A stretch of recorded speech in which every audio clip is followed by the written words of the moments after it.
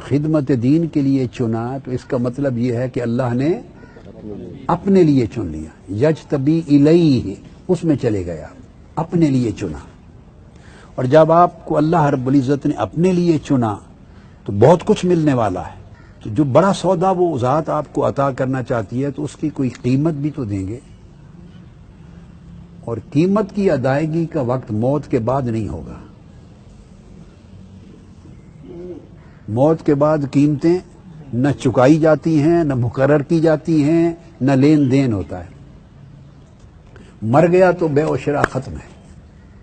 اس نے کہہ دیا وہاں کوئی بے نہیں ہوگی، قیامت کے دن کوئی بے و شرا نہیں ہوگی. اس دنیا میں ہے، خواہ کوئی دنیا کے لیے بے و شرا کرے، ضمیر بیچے، دنیا کے لیے عزت بیچے، دین بیچے.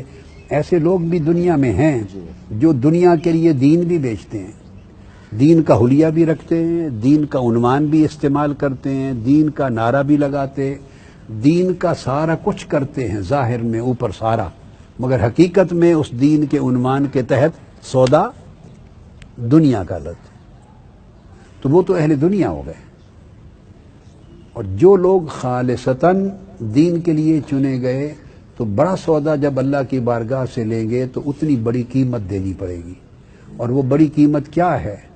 اللہ کو پیسے تو دینے نہیں ہیں آپ نے کہ چلیں باری تعالیٰ آپ بہت کچھ عطا کرنے والے ہیں آخرت میں تو ہم آپ کو 5 کروڑ روپیہ دیتے ہیں، 5 ارب دیتے ہیں.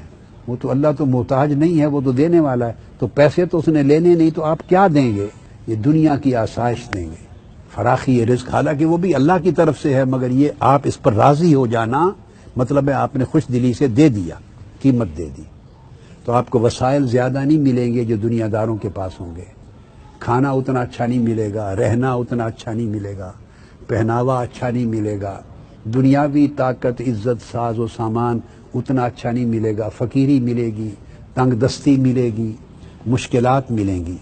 یہ جو کچھ زندگی میں ملتا ہے آپ اس کو دل و جان میں بٹھا لیں اور جما لیں کہ یہ اس مولا کی رضا اور اس کے قرب اور اس کے دیدار کے لیے جو بڑا سودا کر لیا ہے اور اس نے چن لیا ہے، یہ اس کی حسب توفیق قیمت دیے جا رہے ہیں. اور قیمت دینے سے مراد اس پر راضی ہونا ہے، خوش دلی سے ان حالات کو قبول کرنا اور اپنے آپ کو اللہ کے لیے بکیں اور پھر کسی اور کے لیے مت بکیں.